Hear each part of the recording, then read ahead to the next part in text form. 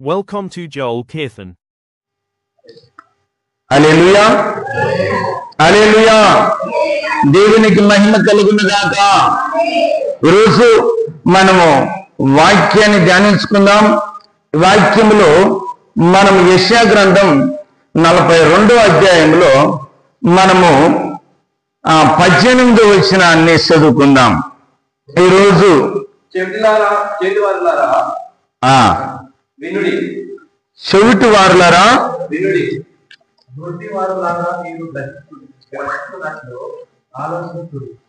గ్రహించినట్లు ఆలోచించండి. చెవిటి వారులారా గుడ్డి వారులారా మీరు గ్రహించండి, మీరు వినండి అని రీతిగా వాక్యం హెచ్చరిస్తుంది. నా నుండి కొంచెం బాధపడి ఉంటారు, మమ్మల్ని బాగా చెవులను నడుస్తాయి, చెవిటి వారులారా అని అంటూ ఉన్నాడు సేవకుడు. గుడ్డి వారులారా అంటా ఉన్నాడు. మేము గుడ్డి వాళ్ళు అయితే మందిరానికి వచ్చిందమ్మా, బాగా మా కళ్ళు కనబడుస్తాయి, చెవులు వినబడుస్తాయని లేఖనం ప్రకారంగా మాట్లాడుతున్నటువంటి ఈ యొక్క వాక్య ప్రకారంగా మనం చూసినట్లయితే, చెవిటి వారులారా వినుడి, గుడ్డి వారులారా మీరు గ్రహించినట్లు ఆలోచించుడి అని. ఇప్పుడు ఎవరు చెప్తున్నటువంటి మాట? దేవుడు చెప్తున్నటువంటి మాట తల్లి, దేవుడే చెప్తున్నటువంటి మాట. ఎందుకు ఈ మాట అంటూ ఉన్నాడు? ఎందుకు ఈ మాట అనల్లా? ఎందుకు మిమ్మల్ని ఈ మాట అనల్లా? ఎందుకు మీరు బాగుండే వాళ్ళని నేను ఈ మాట నేను అనల్లా, దేవుడి మాట అనలా అని ఆలోచించినట్లయితే మీరు మనసులో బాధపడి ఉండొచ్చు. ఆయన ఏమంటూ ఉన్నాడు? దాని వివరణ దాని కింద వచనంలో రాయబడి ఉంది, చదువుకుందాం. నా సేవకుడు తప్ప ఎవరు గుడ్డివాడు? నేను పంపిన దూత తప్ప మరి ఎవరు చెవిటివాడు? నా భక్తుడు తప్ప ఎవరు గుడ్డివాడు? యెహోవా సేవకుడు తప్ప మరి ఎవరు గుడ్డివాడు? నీవు అనేక సంగతులను చూచెదువు గాని గ్రహింపుకున్నావు. హల్లెలూయా. ఇది దేవుడు ఈ రీతిగా మాట్లాడుతున్నాడు. నా సేవకుడు తప్ప ఎవరు గుడ్డివాడు? నా భక్తుడు తప్ప ఎవరు గుడ్డివాడు? నా ప్రవక్త తప్ప ఎవరు గుడ్డివాడు? నన్ను నమ్ముకున్న భక్తులు తప్ప ఎవరు గుడ్డివారు? ఎవరు చెవిటివారు? ఎవరు గుడ్డివారు? వీళ్ళే, మీరే అని దైవ వాక్యం సెలవిస్తూ రీతిగా దైవ వాక్యం చక్కగా రాయబడి ఉంది. రీతిగా మనము ధ్యానించినట్లయితే ఎట్లు మనము గుడ్డివారు, ఎట్లు మనము చెవిటివారు, ఎట్లు అని మనలో మనం ఆలోచించవచ్చు.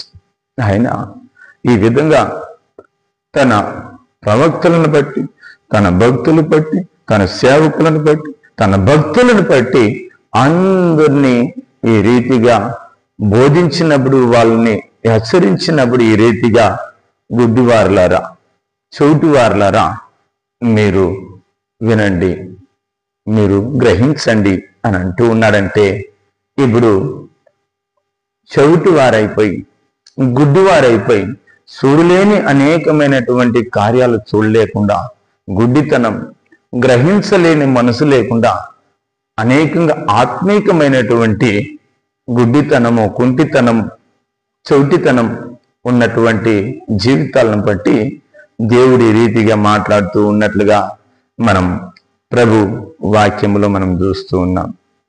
హల్లెలూయా. దేవునికి మహిమ కలుగును గాక. ఈ రోజున ఈ యొక్క సబ్జెక్ట్ను గురించి, ఆ యొక్క విషయాన్ని గురించి నేను మరింతగా వివరణ మీకు తెలియపరచటానికి ఎంతో రాత్రిలో దేవుని యొక్క ఆ కృప చేత, దేవుని యొక్క సహాయం చేత ఈ విధంగా దేవుడు నాకు ఆత్మ సహాయం ద్వారా తెలుసుకున్నాను. అది యోహాను సువార్త 12వ అధ్యాయం 40వ వచనాన్ని ఒకసారి మనము చదువుకుందాం. అక్కడ వివరణ ఏమిస్తుందని మనము చదువుకుందాం.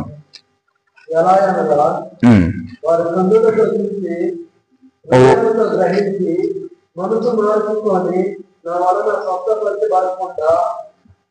స్వస్థపరచబడుకుంటున్నట్లు ఆయన వారి కన్నులకు అంధత్వము కలిగి చేసి వారి హృదయం కఠినపరిచెను. హల్లెలూయా. నాకు ఇందులో ఈ విషయంలో ధ్యానించినప్పుడు చదివినప్పుడు నాకు ఒక 3 విషయాలు నాకు అర్థమైనాయి. అదేమంటే వారు కన్నులతో చూచి హృదయముతో ఏం చేయరు, గ్రహించలేరంట. మనసుతో వాళ్ళు మనసు మార్చుకోలేకుండా ఉన్నారంట. మనసు మార్చుకోలేని పరిస్థితి ఉంది. కన్నులతో చూసి కూడా హృదయముతో గ్రహించలేని మనసు ఉంది. వారు హృదయం కఠినపరుచుకున్నారు అనేటువంటి విషయాన్ని కూడా ఈ యొక్క స్థలములో నేను ఈ 3 విషయాలను కూడా నేను తీసుకున్నాను. ఈ 3 విషయాలు మనుషులు మనము దేవుని బిడ్డలుగా, దేవుని భక్తులుగా, దేవుని ప్రవక్తలుగా, పాస్టర్లుగా, భక్తులుగా మంచిగా దేవుని మహిమపరిచేటువంటి వారిని గురించి ఈ రీతిగా దేవుడు ఈ రీతిగా అంటూ ఉన్నారంటే, ఓ గుడ్డివారులారా, ఓ చెవిటి వారులారా అని అంటూ ఉన్నారంటే, ఈ విధంగా వాళ్ళు ఏం చేస్తూ ఉన్నారంటే వాళ్ళు చూసి కూడా వాళ్ళు గ్రహించుకున్నట్లుగా ఉన్నట్లుగా ఒకటి.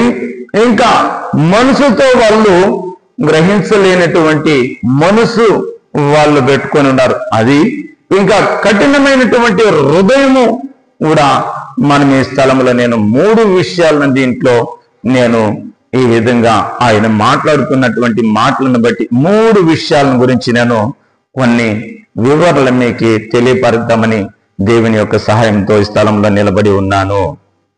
దేవునికి మహిమ కలుగునగాక. నిజమే ప్రియ సహోదరులారా, సహోదరులారా, దేవుణ్ణి అయితే నమ్ముతారు కానీ, దేవుణ్ణి అయితే దేవుని సన్నిధికి వస్తారు కానీ, దేవుని వాక్యాన్ని వింటారు కానీ, దేవుని ఆలయాల్లోకి వస్తారు కానీ, దేవుడు సత్యమని ప్రతి ఒక్కరు కూడా, అన్యులు కూడా, అనేకులు కూడా ఈ రీతిగా చెప్పగలరు. ఏమనంటే యేసు ప్రభు ఆయన పరిశుద్ధుడు అని చెప్తారు, ఆయన నిజమైనటువంటి దేవుడు అని చెప్తారు, ఆయన నమ్ముకున్నటువంటి వాళ్ళ పరిశుద్ధంగా ఉండాలని చెప్తారు. అన్ని కూడా అన్యులు కూడా చెప్తారు. ఇప్పుడు మనోళ్ళు దేవుని మందిరానికి వచ్చినటువంటి దేవుని బిడ్డలందరం కూడా మనము ఏ రీతిగా ఉన్నామంటే, మనము గ్రహించలేనటువంటి గుడ్డితనంలో ఉన్నామనేటువంటి విషయాన్ని మొట్టమొదటిగా మీకు హెచ్చరిస్తూ ఉన్నాను. ఎవరు మొదటి గుడ్డివారు? గ్రహించలేనటువంటి వారు. గ్రహించలేని వారు గుడ్డివారు. దేవుని మందిరానికి వచ్చి, దేవుని ఆలయానికి వచ్చి, దేవుని ఆరాధించి, దేవుణ్ణి గ్రహించలేనటువంటి వారు ఎవరు అనంటే గుడ్డివారు. ఈ యొక్క బైబిల్ ప్రకారంగా చూసినట్లయితే మనము అనేకమైనటువంటి గుడ్డివారిని బాగు చేసినట్లుగా శారీరకంగా గుడ్డితనముని దేవాది దేవుడు ఒక గుడ్డితనాన్ని నుంచి ఈ లోకాన్ని చూడలేని, ప్రకృతిని చూడలేని, వెలుగు చూడలేనటువంటి అనేక గుడ్డివారిని బాగు చేసినట్టుగా, వాళ్ళకి చూపుని దయచేసినట్టుగా దైవ లేఖనం చక్కగా తెలియపరచబడుతుంది. అయితే ఈ ఇక్కడ మాట్లాడుతున్నటువంటి మాట వాళ్ళు చూసి కూడా ఏమంట, కన్నుతో చూసి కూడా గ్రహించలేనటువంటి పరిస్థితుల్లో ఉన్నారని దైవ వాక్యం సెలవిస్తున్నా. ప్రియులరా, కన్నులతో చూసి కూడా గ్రహించలేనటువంటి పరిస్థితి కనబడుస్తూ ఉంది. ఆ రీతిగా తెలియపరుస్తూ ఉన్నాడు. మనము త్వరగా నేను వాక్యాలను చూపెట్టి త్వరగా నేను ముగిస్తాను. ఈ గుడితనాన్ని బట్టి ఈ రీతిగా మనము చదువుకోవటమే కాదు కానీ వాళ్ళలో ఉండేటువంటి పరిస్థితులు కూడా నేను చూపెట్టి మీకు ఆ లేఖనం, ఆ వచనం మీద చూపెట్టి మీకు ఈ మాటను తెలియపరుస్తాను. మార్కు సువార్త 8వ అధ్యాయము 23వ వచనాన్ని మనం చదువుకుందాం. మార్కు. ఆయన ఆ గుడ్డివాడి చేపట్టుకుని ఊరి వెలుపుకొని తోడుకొని పోయి వాడి కన్నుల మీద ఉమ్ములు వేసి వాడి మీద చేతులెత్తి నీకేమైనా కనబడుతున్నదా అని వాడిని అడగగా వాడు కన్నులెత్తి మనుషులు నాకు కనబడుతున్నారు, వారు చెట్ల వల్ల నుండి నడుచున్నట్లుగా నాకు కనబడుతున్నారని. చాలు. దేవునికి మహిమ కలుగును గాక.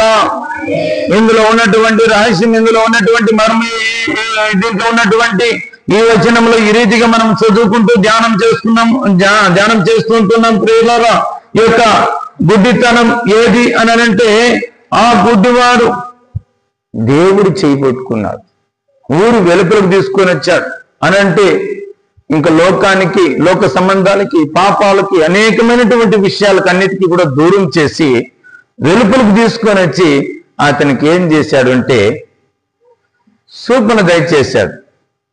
అతని కండ్లను మొట్టి అతనికి సూపునిచ్చినప్పుడు దేవుని మందిరానికి వచ్చి, దేవుని సన్నిధికి వచ్చి, దేవుని చేత పట్టబడి దేవుడే అతనికి చూపు దయచేసినప్పుడు అతడు ఏమంటూ ఉన్నాడంటే, అయ్యా నీకేమన్నా కనబడుతూ ఉందా అని అంటే, నాకు మనుషులు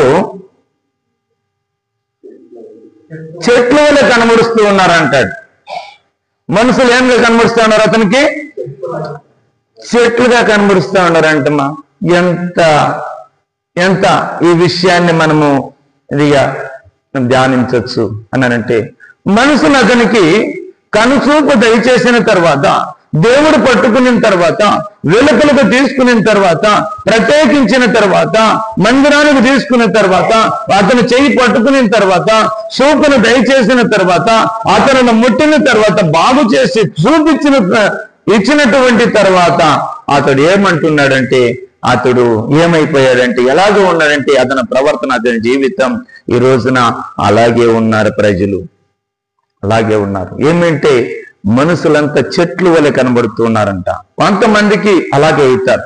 దేవుని మందిరానికి వచ్చి దేవుని చేత పట్టబడి దేవుని ఆశీర్వాదాన్ని కొంచెం మట్టుకు పొందుకుంటే, దేవుని దీవెనలు కొంత మట్టుకు పొందుకుంటే వాళ్ళు ఏమవుతారంటే మనుషులు లెక్కలేని పరిస్థితులు వాళ్ళు ఉంటుంది. గర్వం మనుషులంటే లెక్కలేదు, భక్తులంటే లెక్కలేదు, సేవకులంటే లెక్కలేదు, దేవుడంటే కూడా లెక్కలేని పరిస్థితుల్లో ఈ మనుషులంతా నాకు చెట్లుగా కనబడుతూ ఉన్నారంటాడు. గ్రహించలేదు. ఆ గుడ్డితనం నుంచి మంచి దేవుడు చూపించిన తర్వాత, అతని గుడ్డితనంలో నుంచి మంచి వెలుగుని, ఆ యొక్క ప్రకృతిని సమస్తమని చూసినప్పుడు ఈ మనుషులంతా నాకు చెట్లుగా కనబడుతున్నారు. చూడు అతని పరిస్థితి ఎట్లొచ్చింది, అతని మనసు ఎలాగో వచ్చింది, అతని జీవితం ఎలాగో ఉంది. చూడండి, ఈ రోజున దేవుని ఆలయానికి వచ్చి దేవుని చేత ఆదరించబడి ఒక కార్యం ఆదరించబడితే ఆశీర్వదించబడితే వాళ్ళు మనసులు చూస్తే లెక్కలేనటువంటి పరిస్థితుల్లో ఈ రోజున ఉన్నారు. సేవకులు కావచ్చు, విశ్వాసులు కావచ్చు. అంటున్నారు, నా సేవకుడు తప్ప ఎవరు గుడ్డివాడు అంటారు, నా భక్తులు తప్ప ఎవరు గుడ్డివాడు అంటారు, నా శిష్యులు తప్ప ఎవరు గుడ్డివారు, కుంటతనం ఈ చెవిటి వారు ఎవరు అని అంటారు. ఆ భక్తులను బట్టే చెప్తాడు, సేవకులను బట్టే చెప్తూ ఉన్నాడు. ఈ దేవుని ఆలయానికి వచ్చి దేవుని నమ్ముకున్న వారిని బట్టినే దేవుడు తెలియపరుస్తున్నట్లుగా ఈ రీతిగా చూస్తున్నాం. ఇప్పుడు దేవుని చేత ఆదరించబడినటువంటి, దేవుని చేత చూపు పొందినటువంటి ఇతడు ఎట్లా ఉండాలంటే, తండ్రి ఒకప్పుడు నేను ఎట్లుంటుని చూపు లేకుండా గుడ్డితనంతో ఎక్కడో ఒక స్థలంలో నేను పడిండి నా జీవితానికి ఏదో నాకెంత మట్టుకు నిజంగా చూపునిచ్చి నేను ఇప్పుడు చూడగలుగుతున్నాను. నాకు వాళ్ళంతా కూడా నేను ఎంతో వాళ్ళని ప్రత్యేకంగా చూస్తూ వాళ్ళని ఎంతో గౌరవిస్తూ ఎంతో మర్యాదిస్తూ నా జీవితాన్ని నేను చక్కగా నేను నడుచుకుంటానని అనేది ఇసిపెట్టి అతడు ఏమైపోయినాడంటే, అతడు గర్వముతో ఈ మనుషుల, వీళ్ళ భక్తుల, వీళ్ళ మందిరానికి వస్తారా అని చెప్పి ఈ సాటైనటువంటి సహోదరులను బట్టి, భక్తులను బట్టి ఏమనుకుంటారంటే ఈ మనుషులంతా నాకి చెట్లుగా కనబరుస్తా ఉన్నారని యేసయ్యతో ప్రభుత్వనే చెప్తున్నటువంటి పరిస్థితి చూస్తున్నాం. అందుకే అంటున్నాడు ఆయన, దేవుని సన్నిధికి వచ్చి దేవుని మేలును పొంది ఇలాంటి పరిస్థితుల్లో ఉంటే ఎట్లా? చెట్లు వల్ల కనబడుస్తూ ఉన్నారని అతడు చెప్తూ ఉన్నాడు. గ్రహించలేదు అతడు, గుడ్డితనము చూశాడు, చూసి కూడా కళ్ళతో చూశాడు, అయినా కూడా అతనికి ఏముందంటే గుడ్డితనం ఉంది. ఈ గుడ్డితనం ఏది అంటే ఈ చెట్ల వల్ల కనబడటం ఏమిటంటే తనలో తను హెచ్చించుకుని దేవుళ్ళు నన్ను ఆశీర్వదించబడినాను, నేను బాగా పాడుతాను, నేను బాగా ప్రార్థిస్తాను, నేను బాగా ప్రకటిస్తాను, దేవుళ్ళో నేను చక్కగా ఉంటున్నాను, నేను అందరికంటే గొప్పగా, నేను ఎక్కువగా తను తాను హెచ్చించుకుని మందిరంలో అనేక విధాలుగా హెచ్చించుకునేటువంటి పరిస్థితులను బట్టి లెక్కలేనటువంటి మనుషులను లెక్క చేయకుండా ఏమాత్రం ఉండకూడదు. అందరిని మనుషులుగా చూడాలి. మనుషులను దేవుని నమ్ముకున్నటువంటి బిడ్డల్ని దేవుని బిడ్డలుగా చూడాలి. సేవకులను సేవకులుగా చూడాలి. కొంతమంది ఓ హాయినా అని లెక్క లేకుండా మాట్లాడతారు. ఈ రోజున భక్తులను బట్టి మందిరానికి వస్తారు, దేవుని ఆలయానికి వస్తారు, అంతా సరే. అయితే మనకు మనకి వెళ్ళిన తర్వాత రకరకాలుగా వాళ్ళ నుంచి వీళ్ళు, వీళ్ళ నుంచి వాళ్ళు, ఇంకా రకరకాలుగా అట్లుంది, ఆ మందిరంలో ఇట్లుంది, దీన్ని ఈ రకరకాలుగా మాట్లాడుకునేటువంటి లెక్కలేని పరిస్థితుల్లో వాళ్ళంతా నాకు చెట్లు, ఆ మనసులంతా నాకు చెట్లు వల్ల కనబడుస్తూ ఉన్నారని చెప్పి దేవునికి తెలియపరుస్తున్నట్లుగా ఉంది. హల్లెలూయా. ఈ రోజున ఎవరు ఈ రీతిగా మాట్లాడుతున్నది? ఎవరు? మీరు కూడా సూటి వాళ్ళు అయిపోయిందమ్మా. ఎవరు ఈ విధంగా మాట్లాడుతున్నవాడు అని అంటే దేవుని చేత సూపు పొందినవాడు, దేవుని చేత దేవుడు ముట్టినటువంటి వాడు, దేవుని ఆశ్రయించిన వాడు, దేవుని కోరుకున్నవాడు, దేవుని చేత ఆదరణ పొందినవాడు, దేవుని చేత సూపు పొందినవాడు, దేవుని చేత ఆశీర్వదించబడిన వాడు అని చెప్పచ్చు. ఈ ఆశీర్వదించబడి సూపు పొంది మేలు పొంది ఆదరణ పొందినటువంటి వాడు ఇతనికి ఏమైంది అంటే తన జీవితంలో గర్వం అనేటువంటిది మనిషి అతనిలోకి వచ్చి అతడు ఏమంటున్నాడంటే ఈ మనుషులంతా నాకు చెట్లు వలె కనబడుస్తూ ఉన్నారు అని అంటాడు. ఇది గుడ్డితనమా కాదా? దేవుని చేత ఆదరించబడి సూపు పొంది కూడా గుడ్డితనం కాదా? గుడ్డితనం కాదమ్మా, అవునా కాదా? ఇప్పుడు దేవుడు దయచేసినటువంటి ఆ కార్యాన్ని బట్టి బాగా నేను బాగా చూస్తూ ఉన్నానని అంతా కూడా ఈ చెట్లు, ఈ గుట్లు, ఈ మనుషులు, ఇది మందిరము, ఇది ఇట్లా అన్ని కూడా గ్రహించాల్సింది ఇసిపెట్టేసి ఈ మనుషులంతా నాకు చెట్లుగా కనబరుస్తా ఉన్నారంటారు. ఇది ఎవరు అంటే దేవుని చేత ఆశీర్వదించబడినటువంటి వాడే ఈ రీతిగా మాట్లాడుతున్నట్టుగా మనం వింటూ ఉన్నాం. హల్లెలూయా. నేను ప్రతిదీ కూడా గ్రహించేటువంటి గ్రహించలేనటువంటి మనుషుల గురించి నేను మొట్టమొదటిగా ఈ విషయాన్ని మీకు తెలియపరుస్తూ ఉన్నాను.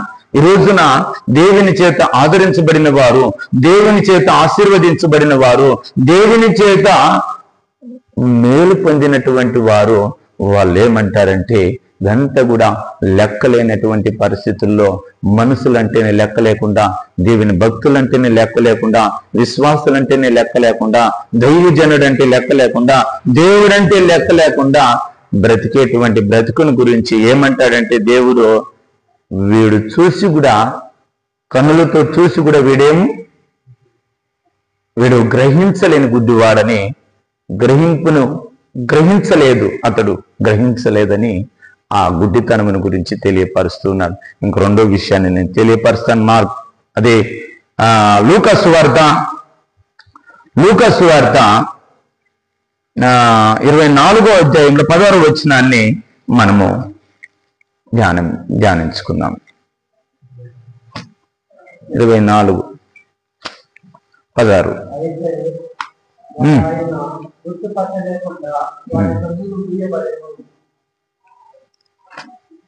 ఏమంటున్నాయినా? అయితే ఆయన్ని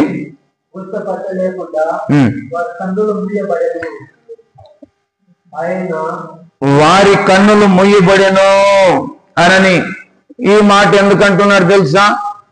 ఈ మాట ఎందుకు అంటున్నాడు తెలుసునా?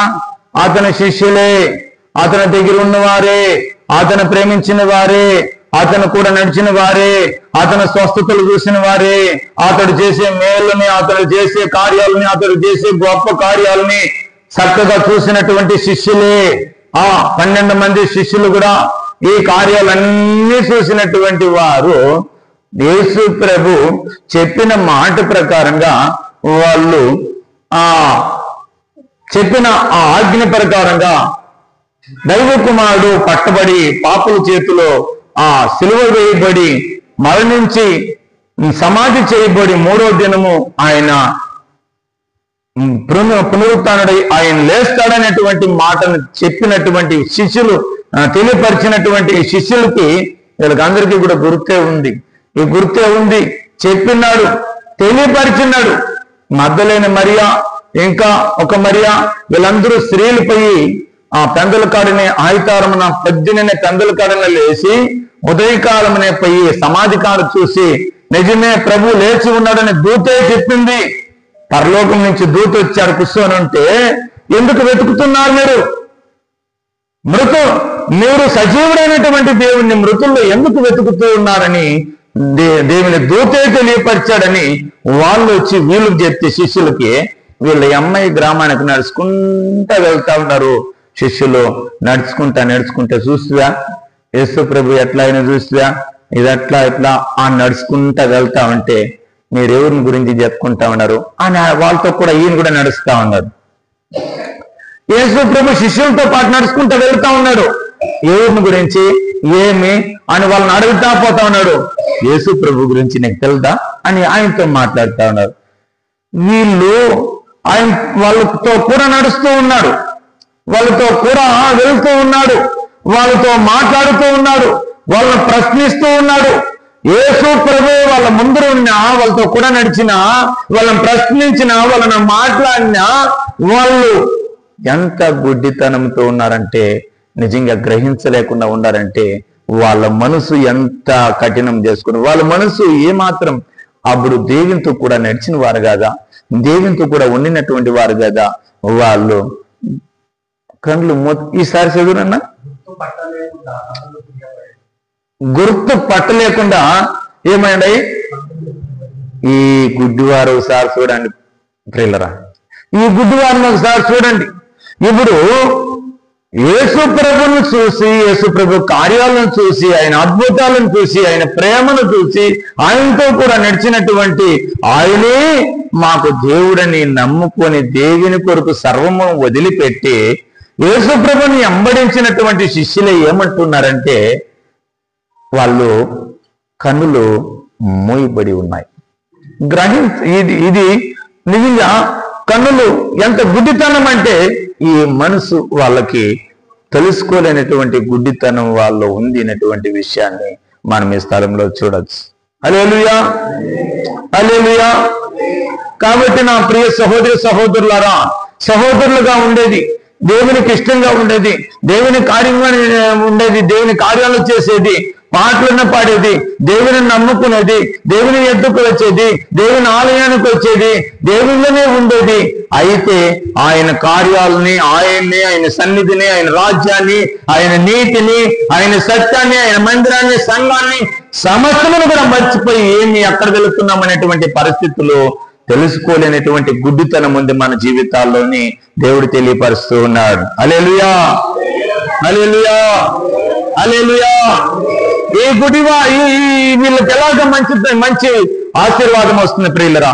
ఈ రోజున వీళ్ళు స్వస్థత పొందినట్లుగా, వీళ్ళు దీవించబడినట్లుగా, వీళ్ళు ఆశీర్వదించబడినట్లుగా, వీళ్ళు దీవించబడినట్లుగా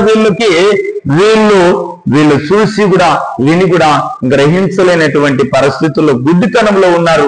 అందుకే ఈ ఆశీర్వాదాలు పొందుకోలేదని దేవుడు హెచ్చరిస్తున్నాడు. ఈ రోజున నాకు ఆశీర్వాదం రాలేదంటారు, ఈ రోజున నేను ఫలించలేదంటారు, నేను ఆ రోజు ఎట్లున్నాను అట్లే ఉన్నానంటారు, ఇప్పటికీ కూడా నా జీవితం, నాకు అనారోగ్యము నాకు బాగా కాలేదని అంటారు,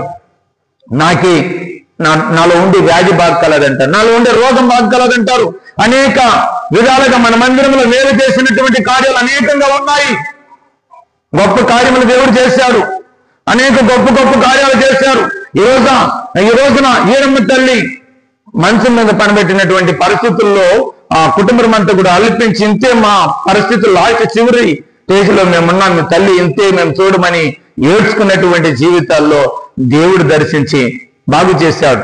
ఆ రీతిగా అనేకులను బాగు చేశాడు. బాగు చేసి గొప్ప కార్యములు జరిగించలేదా? ఆయన కార్యాలు చూడలేదా?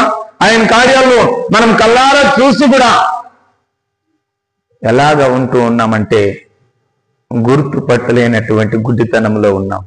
గుర్తుపట్టలేనటువంటి మనసు. నా ప్రియ సహోదరి సహోదరులరా, కొంతమంది అయితే ఈ మందిరంలో బాగలేదు, ఇంకో మందిరానికి పదామంటారు. ఇక్కడ బాగలేదులే, ఇక్కడ జరగలేదులే, ఇంకో మందిరానికి వెళ్దామంటాం, ఇంకో స్థలానికి వెళ్దాం, ఇంకొక దైవ సేవకుడు అని అంటారు. ఇంకో దైవ సేవకుని దగ్గర ప్రార్థన చేసుకుందామంటారు. పోనీ ఇంకో దైవ సేవకుని దగ్గర ప్రార్థన చేసుకుందాం, ఇంకో స్థలానికి వెతుకుదాం, ఇంకో స్థలానికి వెళదాం అని అంటారు. అయితే గుర్తుపట్టలేని పరిస్థితుల్లో నువ్వు ఎక్కడికి వెళ్ళినా నీ హృదయం నువ్వు గుర్తుపట్టుకొని ఆ క్రియలను గ్రహించి గమనించి ఆ గుడ్డితనం నుంచి నువ్వు చక్కగా చూస్తే నువ్వు అప్పుడు ఆశీర్వదించబడతావని, అప్పుడు దీవించబడతావని దైవవాక్యం సెలవిస్తుంది. హల్లెలూయా, హల్లెలూయా. ఇది మన భక్తులు చేస్తున్నటువంటి కార్యాలు. ఆయన అందుకే అంటాడు, చెవిటివార్లారా, గుడ్డివార్లారా అని అంటూ ఉన్నాడు. ఎవరిని అంటూ ఉన్నాడంటే ఆయన ఆశీర్వదించాలని అంటూ ఉన్నాడు. ఇతరులు, ఈ శిష్యులు ఈ యొక్క మాటలంతా కూడా చెప్పాడు, కానీ వాళ్ళతో కూడా నడుస్తూ ఉన్నాడు, వాళ్ళని ప్రశ్నిస్తూ ఉన్నాడు, వాళ్ళతో మాట్లాడుతూ ఉన్నాడు. అయితే వాళ్ళు యేసు ప్రభు లేచి ఉన్నాడు, మనతో కూడా వస్తా ఉన్నాడు అనేటువంటి మాటను కూడా మర్చిపోయారు. ఈ రోజున దేవుని మందిరానికి వెళుతూ ఉన్నాము, దేవుని ఆరాధిస్తూ ఉన్నాము. మన జీవితంలో దేవుడు ఉన్నాడు, మన బ్రతుకులో దేవుడు ఉన్నాడు. ఉదయకాల ప్రార్థనలో, సాయంత్రం ప్రార్థనలో, నా బ్రతుకులో, నా జీవితంలో నాతో కూడా దేవుడు నాకు తోడుగా ఉన్నాడు. నా ప్రయాణంలో, నా ప్రయత్నంలో, నా ప్రయాసలో నాకు దేవుడు తోడుగా ఉన్నాడు. గుర్తుపట్టలేనటువంటి పరిస్థితుల్లో మీరు కన్నీటితో, వేదనతో, దుఃఖంతో, బాధతో మీరు అలమటిస్తున్నటువంటి వారైతే నీతో దేవుడు మాట్లాడుతున్నటువంటి మాట ఏమిటి అనంటే, నువ్వు గుడ్డితనంతో దేవుని గ్రహించలేకపోతున్నావు, ఆ కార్యం చూడలేకపోతున్నావు, నువ్వు పొందుకోలేకపోతున్నావు అనని దేవుడు చక్కగా తెలియపరుస్తూ ఉన్నాడు. హల్లెలూయా, హల్లెలూయా. ఎంతమంది నేను ఒంటరిని నేను అనుకుంటూ ఉన్నారు, ఎంతమంది నా జీవితంలో ఈ బాధని నువ్వు ప్రయాణిస్తూ ఉన్నావో, నువ్వు జీవిస్తూ ఉన్నావో, నువ్వు బాధపడుతున్నావో.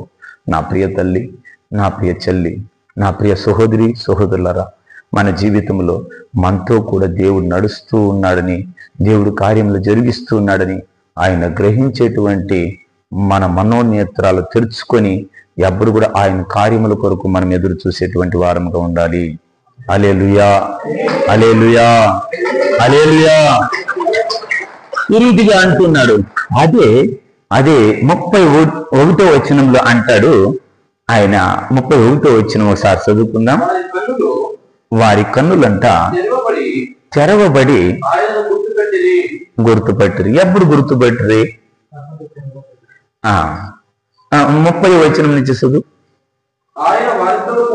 వారితో కూడా భోజనమునకు కూర్చున్నప్పుడు ఒక్క రొట్టెను పట్టుకొని స్తోత్రము చేసి దాన్ని విరిచి, నేను ఒక మాట అంటాను ప్రియులారా, దీంట్లో ఒక మాట నాకు దేవుడు గుర్తు చేస్తున్నాడు, నాకు పరిశుద్ధాత్మ దేవుడు తెలియపరుస్తున్నాడు. ఆ రొట్టెని విరిచి ఇచ్చాడంట. అప్పుడు గుర్తుపెట్టారంట.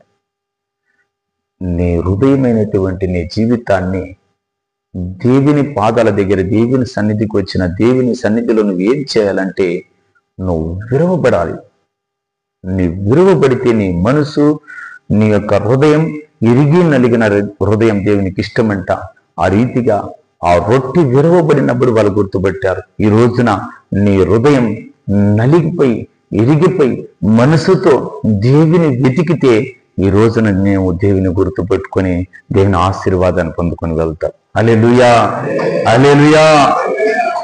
రొట్టె విరువబడినప్పుడు అని అంటే మన జీవితంలో ఒక తల్లి వచ్చిందంట. ఒక తల్లి వచ్చి ఒక సన్నిధికి వచ్చి, అయ్యా అని ఆ తల్లి కూతురు వచ్చి, నా కూతురికి అయ్యగారు ఏమో బాగలేదు అని చెప్తే, బాగు చేయటానికి దేవుడు సమర్థుడు కనుక నీ ఎదుగు తోడుకు వచ్చిన దైవ సేవకుడుగా నువ్వు ప్రార్థన చేయి, బాగైపోతుంది అని అంటే, ఆయన అంట, అమ్మా దేని కొరకు ప్రార్థన చేయమంటావు అని అంట.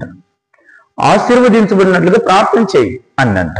అమ్మా ఏదో ఈ కొడుకులో 2 గడ్డలు ఉన్నట్లుగా తెలుస్తా ఉంది, ఈమెమో నుంచి బాధలో ఉన్నట్లుంది, ఇంకేమో బలహీనతగా ఉంది, కానీ ఆశీర్వదించమని నువ్వు ప్రార్థన చేయమంటా ఉండవు.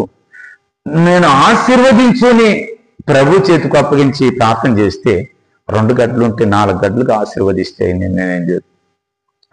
ఇప్పుడు అనుకునే ముందుగానే రోగం ఉంది, ఆశీర్వదించుంటే ఆ రోగంతో ఉండే రోగము 2 అంతలుగా 3 అంతలుగా బాగా దేవుడు ఆశీర్వదిస్తే రోగం పెరిగితే ఏం చేస్తావు?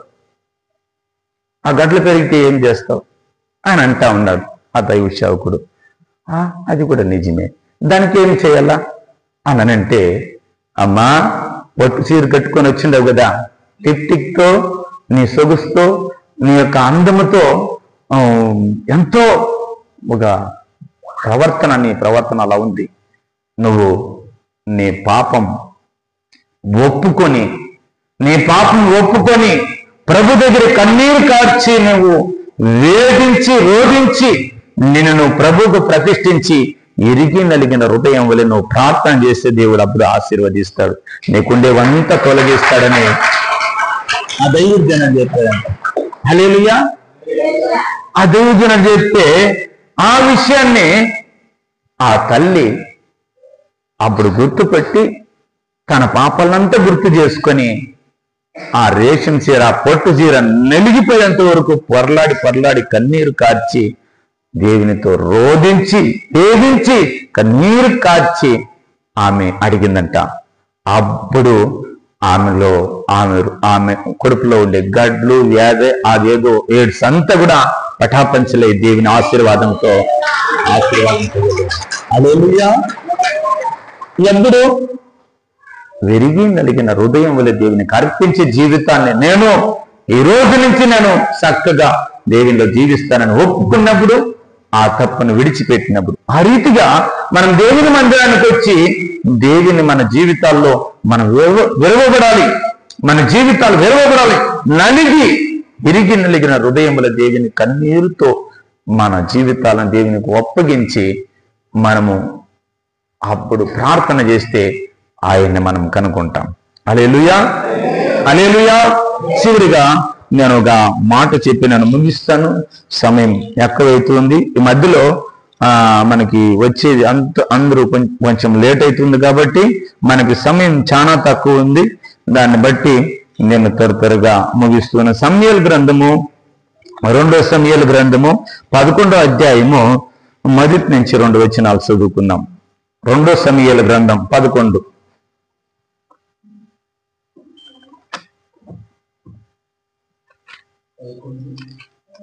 1 నుంచి 2 వచనాలు చదువుకున్నాం.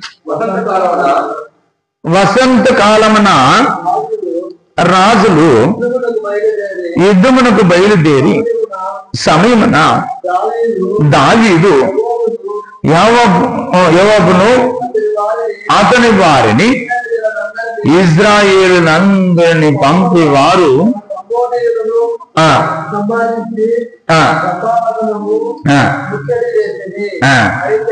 అయితే దావీదంట నిలిచిందాడు.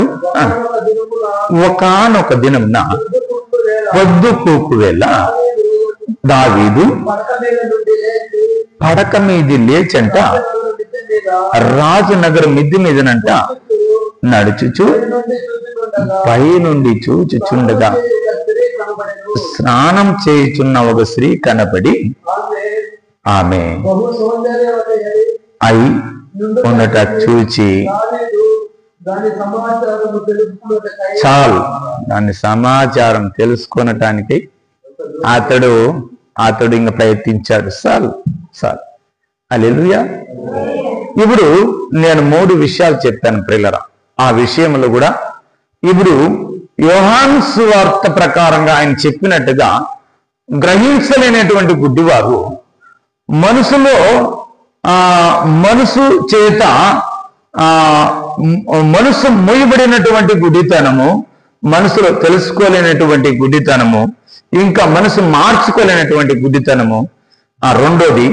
మూడోదిగా గ్రహించలేనటువంటి హృదయం అంట, గ్రహించలేని హృదయం అంట. ఈ మూడిట్ల గురించి నేను చెప్తున్నాను. ఈ 3 విషయాల్లో 2 విషయాలు మనం ధ్యానం చేశాం. 3వ విషయంగా ఆయన దావీదు ఎలాంటి వాడంటే ఆయన దైవ వాక్యం అంటుంది.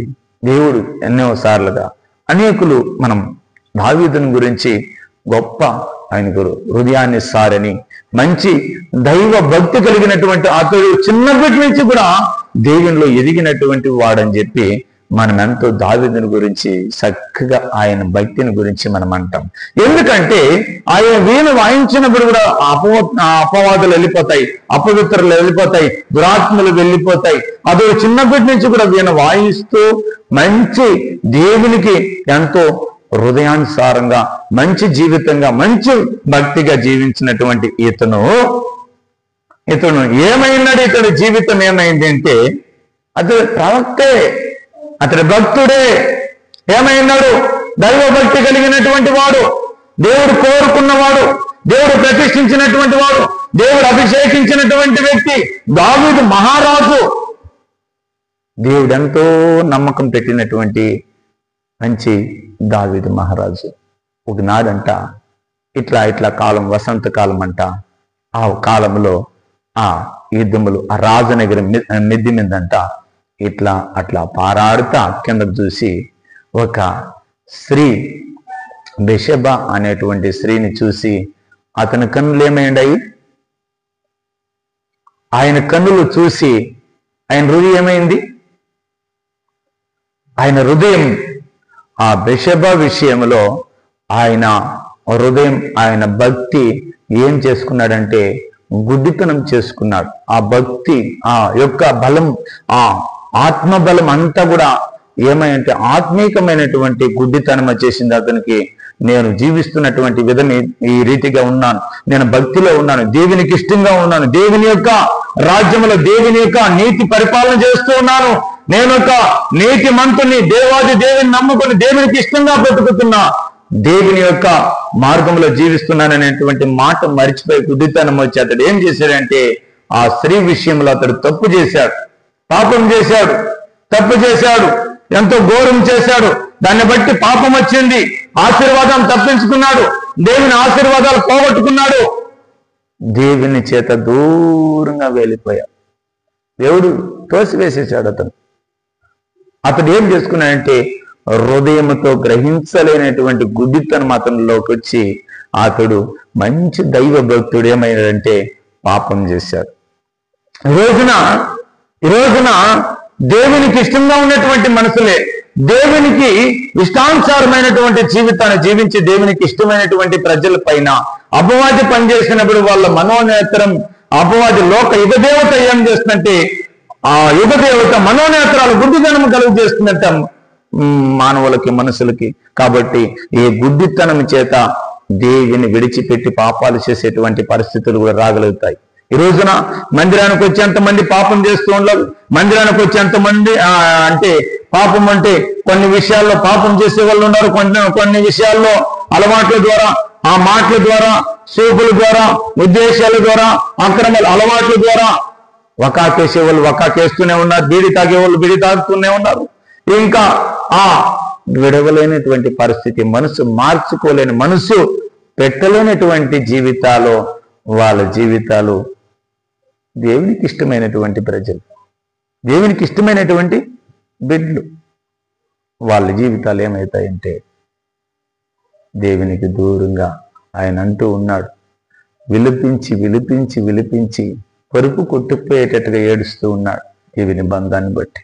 ఎందుకు అనంటే ఆ గుడ్డితనమును గురించి చూడలేకపోయాడు, అది గ్రహించలేకపోయాడు.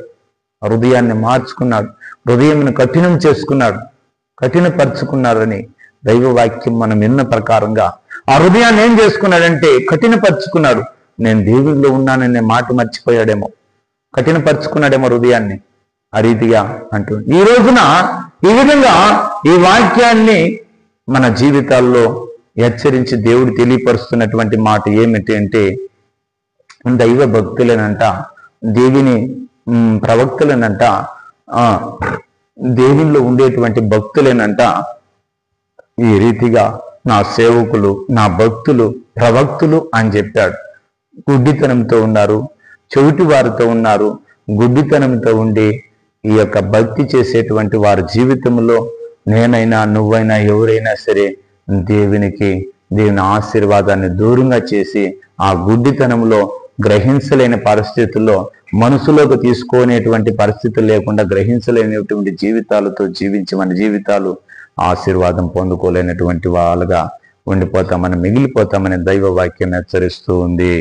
హల్లెలూయా. దేవుని పైన ఆధారపడి, దేవుని పైన ఆశపడి, దేవుని ఆశీర్వాదానికి పాత్రలుగా ఉండాలని కోరుకుంటున్న దైవ జనాంగమా, ఈ రోజున మనం గ్రహించాల్సినటువంటి విషయం ఏమంటే, మనము దైవ సన్నిధి అనేది గ్రహించాలి, దైవ రాజ్యం అనేది గ్రహించాలి. మనుషులుంటే లెక్కలేనటువంటి వారు ఉన్నారని చెప్పి ఆ రీతిగా అనేకులు బీదు వాళ్ళు ఉంటే వాళ్ళను కూడా లెక్క చేయరు. ఈ రోజున బీదు వాళ్ళు కానీ మన మధ్యలో కొంతమంది అనారోగ్యంగా ఉండే వాళ్ళంటే ఏమో సుడి అనని వాళ్ళను కూడా లెక్క చేయనటువంటి వారు ఉన్నారు. అనారోగ్యంగా ఉండేవాళ్ళు, ఇంకా లోకంలో ఉండే వాళ్ళ బీదులు, అనాథులు, కొంతమందిని మనం చూసి లెక్కలేనటువంటి వారుగా ఉండకూడదు అని మొట్టమొదటిగా మనం గ్రహించేటువంటి మనసు ఉండాలి. ఎవరిని గ్రహించాలి? భక్తులను గ్రహించాలి, అనాథులను గ్రహించాలి, లోకంలో శ్రమలను అనుభవిస్తున్న వారిని గ్రహించాలి. వాళ్ళంతా మనసులను మనము మన మనోనేత్రాలతో వెదికి వాళ్ళని కనబట్టి వాళ్ళకు సువార్త ప్రకటించి వాళ్ళ దేవుని ఆదరణ పొందుకునేటట్టుగా వాళ్ళను ఓదార్చాలి మొట్టమొదటిగా. రెండోది, దేవుని గుర్తుపెట్టాలి, దేవుని రాజ్యాన్ని గుర్తుపెట్టాలి, దేవుని కార్యాలను గుర్తుపెట్టాలి. దేవుని కార్యం గుర్తుపెట్టి దేవుని సేవకు, దేవుని పరిచర్యకి, దేవుని చిత్తాన్ని మనం నెరవేర్చే వాళ్ళగా, దేవునికి శిష్యులుగా ఉండి ఆయన యొక్క కార్యాలను మనం గుర్తుపెట్టేటువంటి వారుగా ఉండాలి. మూడోదిగా మన హృదయం కఠినమైనటువంటి హృదయంగా చేసుకొని దేవుని కార్యాలకి, దేవుని పరిశుద్ధాత్మకి, దేవునికి దూరంగా వేరుగా వ్యతిరేకంగా మనం జీవించకూడదు అని చెప్పి దైవ వాక్యం సెలవిస్తుంది. ఈ 3 విషయాల ద్వారా ఆ రీతిగా మనతో తెలియపరిచినట్లుగా యెషయా గ్రంథం 42వ అధ్యాయము 19వ వచనంలో ఈ రీతిగా రాయబడి, నా సేవకుడు తప్ప, నా భక్తులు తప్ప, నా ప్రవక్తులు తప్ప ఎవరు చెవిటివారు, ఎవరు గుడ్డివారు, వీళ్ళే అని అంటున్నారు. దేవుని ఆలయానికి వచ్చిన, దేవుని ప్రార్థిస్తున్న, దేవుని ఆరాధిస్తున్నటువంటి నా జీవితాల్లో మనం గ్రహించలేనటువంటి గుడ్డితనం మనలో ఉంటే, మనల్ని గురించినే ఈ వాక్యాన్ని దేవుడు హెచ్చరించి ఎత్తిపెట్టి మనతో మాట్లాడుతున్నటువంటి మాటను మనం గుర్తు చేసుకొని ప్రార్థన చేసుకుందాం. ప్రియులరా, గుడ్డితనంలోనే ఉంటే, గ్రహించలేకుండా ఉంటే ఆశీర్వాదానికి పాత్రలుగా ఉండలేమని చెప్పి దైవ వాక్యం సెలవిస్తూ ఉంది. హల్లెలూయా, హల్లెలూయా, హల్లెలూయా. ప్రార్థించుకుందాం ప్రియులరా. ఈ రోజున దైవ వాక్యం దేవుడు మనతో మాట్లాడాడని ఎవరైతే గ్రహిస్తారో, ఎవరైతే దాన్ని మనసుతో గుర్తుపడతారో, మనోనేత్రాలతో గుర్తుపెట్టారో, హృదయం కఠినం చేసుకోకుండా ఎవరు హృదయం ఈ మాటను గుర్తుపట్టాయో, ఈ రోజున మనం మోకరించి ప్రార్థన చేద్దాం. మోకాల మీద నిలబడి